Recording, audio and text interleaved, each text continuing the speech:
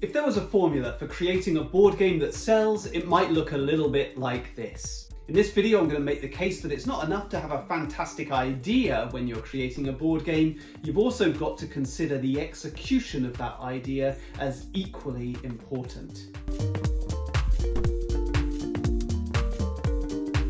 I'm Adam Porter, and I'm a professional game designer based out of Cardiff in Wales. Board game designers value their ideas highly.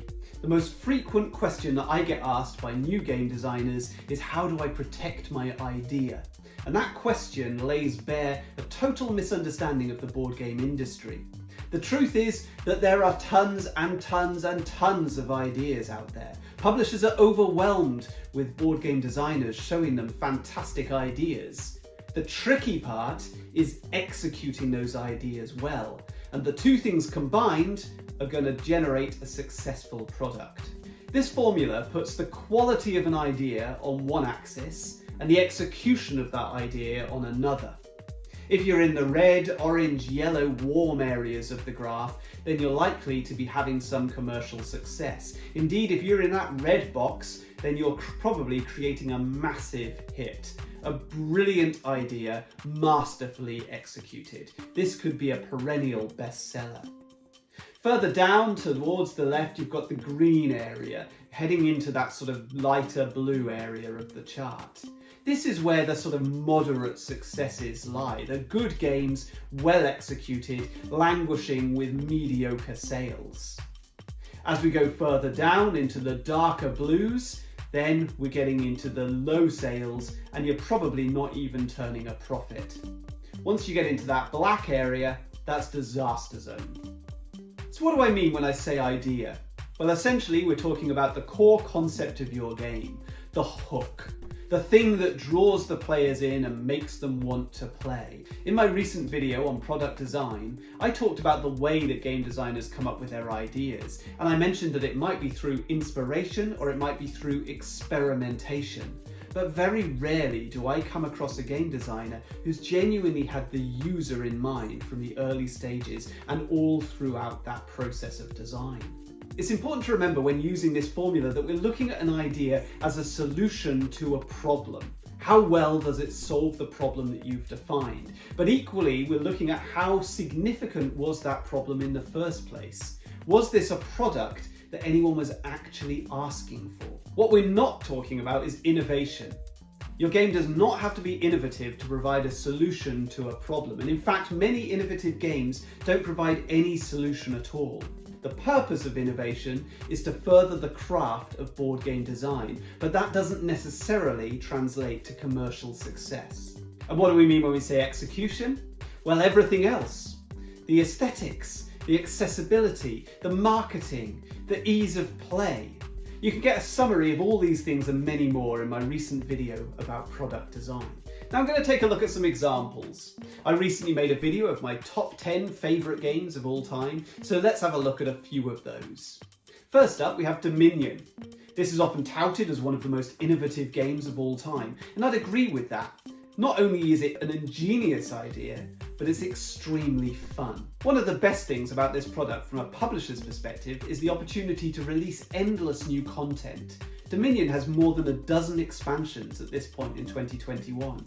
I think Donald X. Vaccarino's idea was exceptional, but I can't quite give it full marks for execution. And the reason is because it looks a bit bland. The artwork is a mixed bag. There's no real storage solution for it.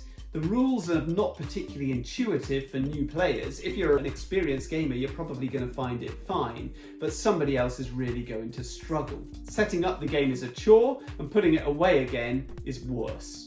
So the game sits in the dark orange section. Now that's enough to make it a really successful hit game. It's a fantastic, genius idea, brilliantly executed. Next up is Auf Teufel komm raus from Sarah and Tanya Engel. This is a gambling game with poker chips instead of money. It's all about pushing your luck, pulling coals out of the devil's cauldron, but trying not to reveal a demon. Now I love this game, but I don't think it's a very commercial idea. It feels like something that was born out of experimentation rather than a product that anybody was asking for. And as such, it's only got a very niche audience. The execution is good, but limits its chance of massive success. The poker chips are lovely, but they're expensive and they necessitate an oversized box. And to save on cost, I suspect, the publisher has given us not quite enough of them, which means you spend the most of the game making change at regular intervals, which can get a little bit tedious. The pieces, the coal pieces, are made of wood, so they're lovely and tactile. But if you look very carefully, you can see the differences in pattern in the wood grain on the back. And if you've got a good memory and you're that way inclined, you can work out which pieces have which values, and you're not supposed to know that information. The gameplay is incredibly fun, but it's unintuitive and it's hard to learn. The game ends up on the border between blue and green. A fantastic game experience, but a weak commercial idea, well executed by the publisher. I suspect that its sales were limited. Uwe Rosenberg's Agricola turned the popular video game Harvest Moon into a board game, and that's a genius idea. There's a massive audience for farming simulations on game consoles, and I don't see why board games should be any different. I love games where you place wooden pieces on the table to create a 3D representation of whatever world you're occupying, and Agricola is one of the best examples of this in tabletop gaming. With fences and livestock and stables and fields growing vegetables and grain. The execution is good, but it's limited in appeal because the game is much more complex than the video games that it emulates. There are lots of rules to learn, and lots of crunchy decisions to make, and lots of resources to convert and convert again in order to score points. There's also a lot of stress and tension in this game that you don't get in those video games like Stardew Valley or Story of Seasons. You've got to feed your family in this game, and if you don't, you're gonna lose points. Now, none of these things are inherently bad. In fact, for me, they make the game a deep, rich, rewarding experience, but they do limit its appeal for new players. The game's very hard to learn, not particularly intuitive to a new player. And that's illustrated by the fact that Lookout Spieler released a family edition of the game a few years later. And I think actually the family edition was flawed because it retained a lot of the complexity of its bigger brother. And it didn't really make it simple enough for the young players that it was targeting. And so Agricola hits the orange section, a very successful hit game, largely because the idea at its core was genius. Dominique Baudin's Witness is a perfect example of a fantastic idea executed very poorly. The game involves collecting clues about a crime and then whispering them to other players, remembering that information and passing it on. Ultimately, players are left to deduce the details to the crime. It's an incredible experience, one of my very favourite games. The game is for 4 players and 4 players only. You can't play it with any other player count, and that fact alone destroys any chance for commercial success and ensures that it largely sits on my shelf unplayed. The box is full of these thick, heavy booklets. There's one for each player. There's another one that's full of different cases and clues. There's another one that's full of questions and another one that's full of solutions. This means the product must have been really expensive to produce. Each of those books is heavy and full of artwork. To add to the expense of the product, there's a license attached to it. The game is set in the world of Blake and Mortimer, an intellectual property based around a comic book series in Europe. Witness was very positively reviewed after its release, but it soon went out of print and it shows no signs of resurfacing. The concept of cooperative puzzle solving has been executed brilliantly in the Exit and Unlock series of escape room games, and this shows just what a strong commercial idea it is. But sadly, Witness, although a superior game experience for my money, didn't manage to overcome the hurdles that the game designer put in place when they came up with this core concept. Ticket to Ride is one of the best products in tabletop gaming. The game is intuitive and immediate.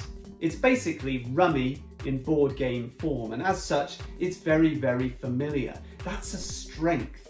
People look at this and they just assume it's a step up from Monopoly. We've got a good old board with locations, real life recognizable locations that we can make connections between. We're placing plastic pieces onto the board. Okay, they're not houses and hotels, they're little trains, but we had trains in Monopoly anyway. There are colourful cards all over the place, and there's a single page of nice, simple rules. And let's not forget, the game is endlessly expandable. How many different versions of Ticket to Ride are there out there now, of various different countries and cities? Maybe it doesn't quite rival Monopoly for its reach just yet. Why haven't we yet had a Star Wars edition of Ticket to Ride, making connections between Endor and Hoth and the Death Star? I guarantee it's coming. Some way down the line, we're gonna get there. Ticket to Ride Star Wars, you mark my words. Ticket to Ride is a perfect example of a genius idea masterfully executed, and as such it goes straight into that red box in the top right corner of our graph.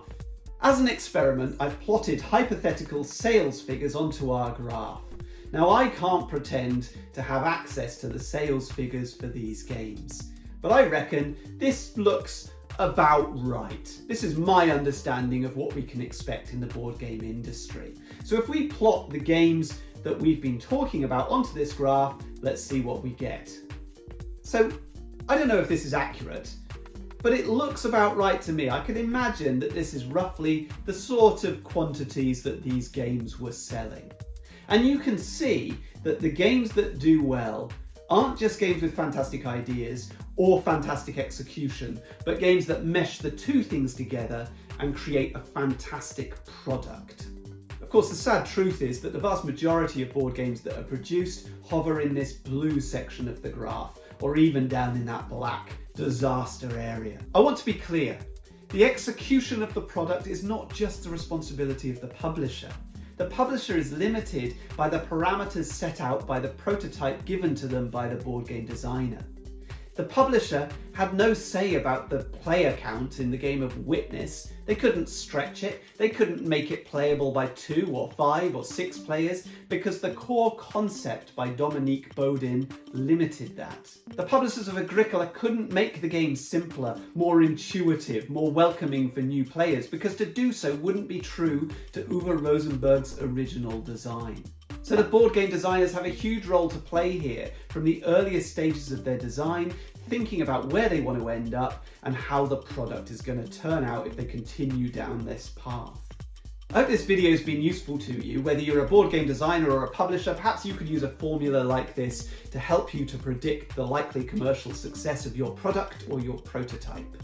If you enjoyed the video, please come back and watch some of my others. I'll be releasing a lot more similar content over the next few weeks, looking at product design in detail. In the meantime, please leave some comments below this video. I'd really like to know some examples from you. Perhaps an example of a game that's a fantastic idea, but really poorly executed. Or the opposite, a game with magnificent execution, even though the idea at its core is pretty weak. Don't forget to subscribe so you don't miss any upcoming content. Until the next time, all the best.